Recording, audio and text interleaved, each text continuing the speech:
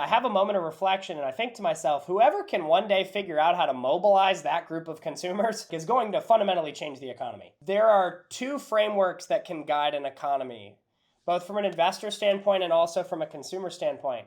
One is called shareholder capitalism. Shareholder capitalism is the belief that businesses should primarily be about serving the needs of their consumers and their shareholders. So if you own stock in a company or if you purchase their goods, that's who a business should be in the business of supporting. That's it. Nobody else, your consumers and your shareholders. In my mind, that's kind of the purest form of a healthy capitalism. You're not serving government interests, you're not serving lobby interests, you're not serving other external stakeholders or political interests, you're serving your consumers and your shareholders. But back in the 1970s, the economy started to move from a shareholder capitalism to a stakeholder capitalism. Stakeholder capitalism is the belief that, our consumers are great and our shareholders are great, but there are all these other external stakeholders that we should factor in to our business's equation for what success looks like. So some of those external stakeholders are the climate or social and political causes or a different NGO that needs our money or a government action that would require lobbying and financial contributions. These other external stakeholders are represented often through ideologies like ESG and DEI. So ESG is environmental, social governance. DEI is diversity, equity, inclusion. These are acronyms that you'll hear a lot thrown around to encapsulate stakeholder capitalism. So what we started to see in the 70s and 80s is that really hyper-progressive activists infiltrated corporate boardrooms. They did it in the boardrooms, they did it in universities, they did it in school systems, school boards, city councils around the country. They recognized that if you want to change the country, we'll let them go bicker about the president. Who cares? We don't really need that seat. What we'll do instead is we'll infiltrate the boardrooms. So while we were all excited as conservatives in the 80s that we had Reagan, what we didn't realize that was happening under the surface is that Marxist activists were going into all of these different financial institutions and educational institutions around the country and hijacking them for a progressive agenda because they recognized correctly that if you want to change how decisions get made in society, you have to shift who profits. They wanted to see their ideology carried through business because they recognized that the power structures of society will often echo who profits. I want we the people to profit. The vast majority of Americans that believe in life, liberty, and the pursuit of happiness for all people, we want them to profit. We want the small businesses to profit that will respect the Constitution and the values that it protects. The way we win and do that is if we shift the power structures of society back toward we the people with the power of commerce, and that only works if consumers have an exchange. If they have a place where they can buy and sell and know with a blessed assurance that they're not going to be funding companies that stand opposed to everything this country is supposed to be founded upon.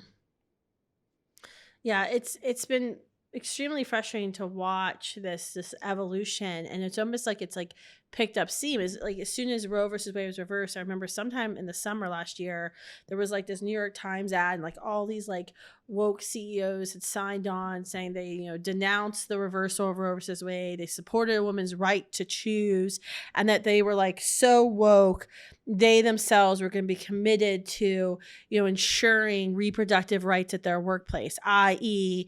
it's cheaper for us for our women employees just to go have abortions, and so we're going to help subsidize abortions rather than actually having to make accommodations for pregnant and parenting women in our workforce. We basically want them to stay at work and never get pregnant. They're being so woke now. I saw an article just the other week where some of these companies are saying, we offer very lucrative egg freezing programs for you. So you can stay working here, but you can freeze your eggs. So later on, if we fire you or lay you off or you quit, then you can maybe go have a child, but not while you're working here, because that would be too much of a investment from us. But it's been almost multiplying since Roe versus Wade was reversed, just this out of control wokeness from these companies, where you would think that at some point they're going to start seeing some real backlash. I think, what's happened with Anheuser-Busch and, people saying stock values going down, store owners saying we can't get rid of Bud Light because of the Dylan Mulvaney disaster, using her as a spokesperson. Why do you think that's only happened with that one company? Why hasn't it happened with like Target, which I saw something just this morning about Target's new swimsuit line for men who want to be girls, and they can tuck it in, or for girls who want to be boys, they can, flattens their chest. Like, this is just being sold at Targets near you. Like, I'm almost like I have to go return something to Target. And I'm like petrified to go back in Target because it's getting close to Pride Month.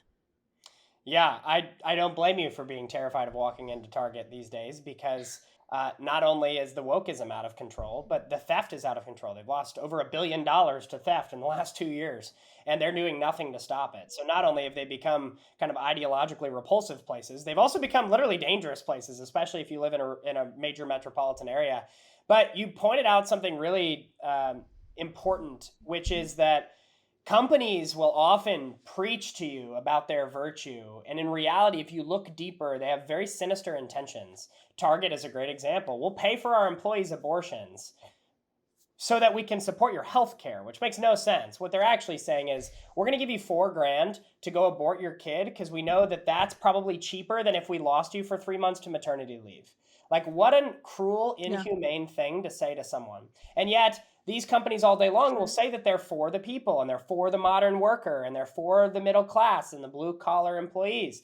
And it's objectively false. Amazon did this. They offered to pay for their employees' abortions, and yet at the same time, they will latch on to increase productivity at all costs. They're even last year, they got embroiled in a lawsuit because they made their drivers pee in bottles. They wouldn't let them take bathroom breaks. And not only that, Amazon came out during the 2020 election and they said mail-in ballots are safe. You should have no problem with voting by mail. Absentee ballots is the future for the US presidential election. But then when a branch of Amazon workers in New York State tried to unionize last year, and they utilized mail-in ballots for their union vote, Amazon came out and claimed that the union vote was fraudulent and that they had to overturn it because the ones that were pro-union utilized mail-in ballots. So it's all just so repulsive. They speak out of both sides of their mouth. I think Gavin Newsom just did the same thing in California. Because he was all about mail-in ballots for the election, but then he signed some law or something that bans the unions from doing mail-in voting themselves because they said it's fraudulent. Exactly. So they speak out of both sides of their mouth. What we're trying So we're saying leftists are hypocrites. They are. Is that what we're saying? They are. And we're not going to, the unfortunate reality is we're not going to win over the long term simply by calling out the hypocrisy. We've got to move our money to a different solution. What would be your advice or encouragement to young people who are getting into whatever business they're doing and how to find a way to serve the broader mission of the pro-life movement, which is making abortion unthinkable and unavailable? That's a great question. I'm glad you asked. I think the thing I would say more than anything else is don't compromise your conviction in order to achieve success in your career. I think the biggest problem that we have today is apathy. And there are far too many amazing pro-life individuals that have chosen silence instead of chosen action. And oftentimes it's not out of ill intent. It's to protect their career. It's to sort of go along to get along. Get along to go along. It's out of a place of desire for amicability and belonging. But the problem is these companies continue to do what they do, and they continue to abuse the pro-life cause because we don't stand up and say, we've had enough of this. I was talking to a good friend at Target, actually, who shared that they have 700 people on a Telegram channel that are all pro-life, that are employees of Target at corporate offices. But the problem is they don't speak out enough. They don't share with their supervisors like, hey, you guys said you're paying for abortion, and I really don't love that. Like, it feels pretty against the right to life for all people, especially those that are most innocent, and I have a problem with that. If you organized a coalition within different workplaces around the country, I almost called them woke places, but that actually would have been fitting as well. If you are pro-life and you gather with a few other people that agree with what you agree with, and you approach your supervisor and say, hey, I know you just released this company policy, and I'm not quitting, I'm just letting you know that that actually makes me feel really uncomfortable, and I think you need to know that not everybody loves this.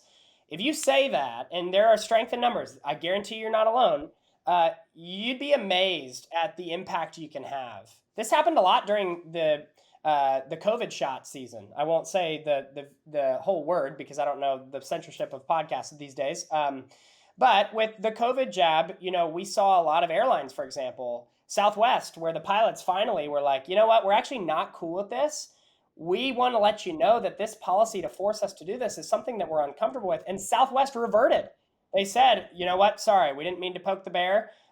No pun intended. We're going to pull back and we're going to respect your freedoms. So my encouragement to pro-life people around the country that are getting involved, whether you're a banker or whether you're working as a lawyer, or whether you're working at a coffee shop or whether you're at a retailer, whatever you're doing in your career and in your profession, do not compromise your core convictions to keep your job.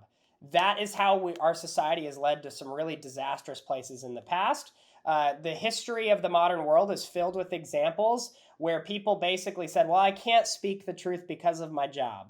And unfortunately, that type of attitude will again lead to disastrous places if we're not careful. The last thing that I'd say is that I would encourage everyone to find people that align with you, even outside of work, that can strategize with you for missional change in everything that you do. Like, live your life on the platform of your values. Try not to compartmentalize them. Try not to say, well, over here is where I do my faith, and over here is where I've got my activism, and over here is where I've got my work. Like, recognize that if we want to win the country back for life over the long haul, it's going to take a lot of people just saying, you know what, I'm not afraid to share my views anymore, and I'm actually going to intentionally find those that believe what I believe so that we can create this strength in numbers. It's why podcasts like this are so important, because as a listener, there are thousands of other people that are listening like you are. That means you're not alone. There's a community that's blossomed here, and the more that we can lock arms and recognize that there's strength in numbers, the more we'll have a likelihood of winning over the long term.